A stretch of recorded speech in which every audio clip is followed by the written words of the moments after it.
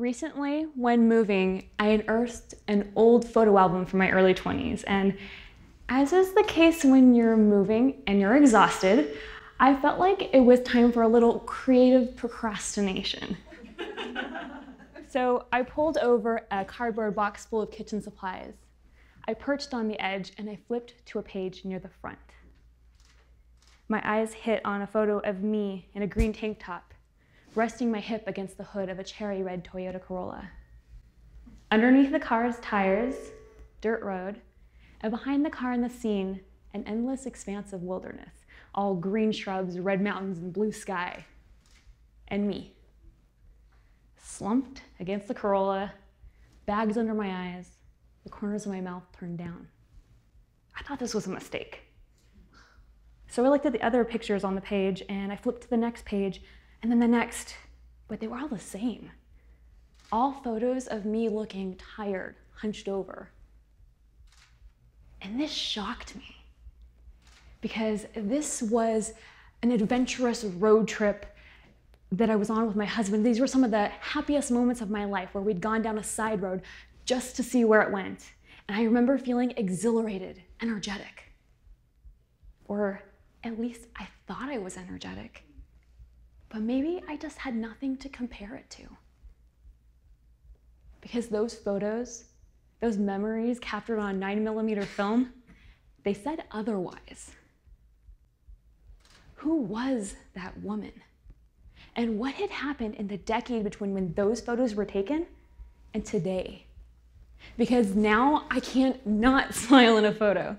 Anyone who knows me well, and many people who don't, would describe me as passionate and full of life. Have you ever had a moment where you looked back and saw yourself and thought, who is that person? At the time, my favorite foods were cheese enchiladas and fried egg sandwiches. Beige foods, which I now know make me feel heavy and lethargic. If only I'd known then that what was going on in my kitchen was really a mirror for what was going on in my work. After high school, these food choices led to gradual weight gain until I was 30 pounds overweight, but yet still undernourished. This kept me sluggish and held me back from leaving the positive impact I craved to make in the world.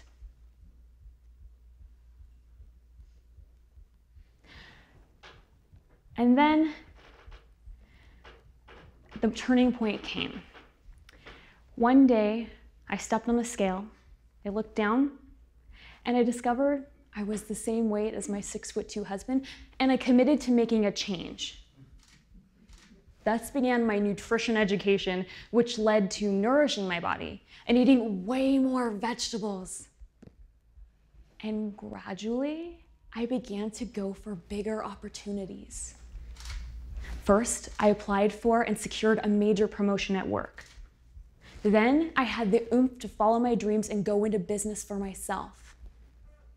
Sure, the pounds were falling off, but more importantly, I was hustling in a way that I never had before. And that hustle came from the energy to do the things I wanted to do in the world. An energy that I hadn't even known I was missing. And then I hit a point all too familiar among ambitious women everywhere. When I worked 40-hour weeks as a government employee, I fit in an hour of exercise each day. I ate a raw food diet full of plenty of fruits and vegetables, and I would spend break time Googling healthy recipes to try out on the weekend. But when I finally took that leap, put in my 2 weeks notice, transitioned to working as an entrepreneur, those same healthy habits were hard to hold on to. As I got sucked into long days deep within projects, my daily workouts gradually fell away until I was lucky to get maybe 2 a week. My meals became a dash to the kitchen, and my morning routine was falling out of bed and grabbing the laptop to start work. I desperately needed to integrate work with wellness, but I didn't want to choose health over hustle. I see driven women who work hard, whether it be as an entrepreneur climbing the corporate ladder or at home taking care of her kids. I see these women put their wellness on the back burner all the time. Maybe like me, you're one of us. We have a food epidemic among ambitious Western women. And it is just as damaging as the obesity epidemic, but much less talked about. It's thinking that we are too busy to eat a proper meal. Thinking this way assumes that nourishing healthy food isn't the very thing that leads to a more productive day, that fuels hustle and creativity. A little while back, my husband and I went out to lunch on a work day, and we went to a vegan diner. First of all, let me clear up any thought that vegan food has to be healthy. It does not. So I had the menu in front of me, my pick of the entire thing. I chose what my heart desired. The waiter comes out, he brings me my dish, puts the plate in front of me, and it's this giant waffle stuffed with sausage and lathered in white gravy. Whew. So what did I do? I enjoyed every bite because I think food should be pleasure. But afterwards, when I got back to work, I was having a hard time focusing. And after I reread the same paragraph for the 4th time, I stood up and stretched. I sat back down, but really, my brain was still foggy. And if I were to be honest with myself in that moment, all I really felt like doing was crawling to the couch to take a nap. That's understandable. After having overeaten or eaten unhealthy foods, over 1/3 of Americans say that they feel tired and lazy. Luckily for me, I'm self-employed, I didn't have anything scheduled, so I took the afternoon off. But what if that afternoon I was giving this TEDx talk? What if I had an appointment scheduled with a high-level client? Or what if I needed to help my future daughter with her math homework? Close your eyes and think about what you ate for lunch yesterday. Now think about how you felt afterwards. Were you ready to tackle the pile of work sitting on your desk? Or like me, did you feel like crawling to the couch to take a nap? Open your eyes. My aha moment came when I finally put my strategist brain to this problem and started thinking of healthy living as part of my business plan, supporting my business with powerful fuel and weaving into it with simple strategies and systems. I realized that eating a plant-powered diet rich in veggies is like running cars on electricity. It's clean fuel for your body for a steady hum of power and a shot of energy, clarity, and focus.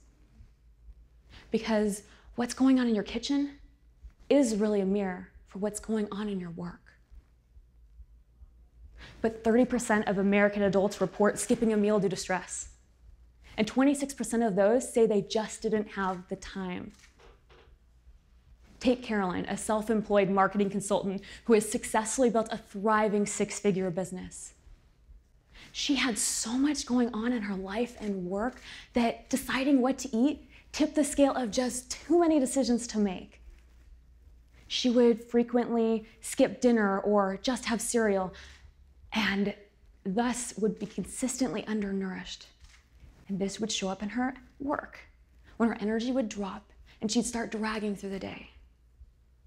When Caroline came into my life, she was under a deadline of releasing a new program in 2 weeks, and she knew something had to change. This is notoriously the busiest time in an entrepreneur's life when food flies out the window and showers go off the list of priorities. She needed to power long days in front of the computer, endless nights spent fixing glitches, and back-to-back interviews. And she was surprised to find that after 2 weeks of quick and nourishing green smoothies and prioritizing whole plant foods, that she had energy to power greater hustle and longer hours. And with a simple strategy to save time in the kitchen, she even had energy left over during the busiest week in her business to clean the house. Now, Caroline's results are not surprising. The proper nutrients are essential for a healthy brain, and your brain is your business. Food becomes the energy that you use to fuel hustle and creativity during the work week. And whole foods are more nutrient dense and are easier to digest, leaving you more of that energy to spend on making an impact. Furthermore, studies have found a positive correlation between happiness and mental health and the amount of fruits and vegetables consumed daily. In one study, the most optimistic participants were those with the highest blood levels of carotene, an antioxidant found in colorful fruits and vegetables. Eating a diet based around whole foods, lots of plants, can level out your moods, keep your blood sugar from spiking and crashing, and clear up your thinking. But so often, we feed ourselves foods that just don't fuel our work or the lifestyle we want because we think that eating healthy is too hard. Since the 1950s and the rise of convenience foods and a media message pushing us towards them, we've been conditioned to think that we are too busy to eat without the help of McDonald's, Hamburger Helper, or Stouffer's TV dinners. When Arianna Huffington wrote Thrive, she drew society's attention to sleep and the impact a lack of self-care has on our sister career women. Her aha moment came when she woke up in a pool of blood from a damaged jaw and eye injury after fainting from exhaustion. She urged us to see sleep as critical for energy management. Now, I'm calling on you to take a stand on another often overlooked source of energy management: the food we eat.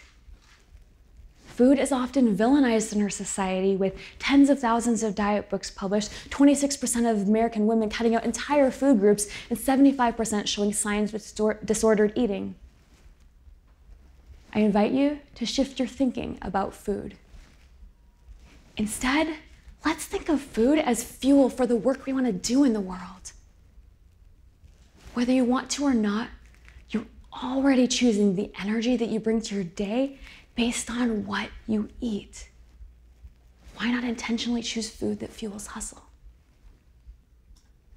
My grandpa lived to be 101 years old. And just for fun the other day, I calculated how many days that was.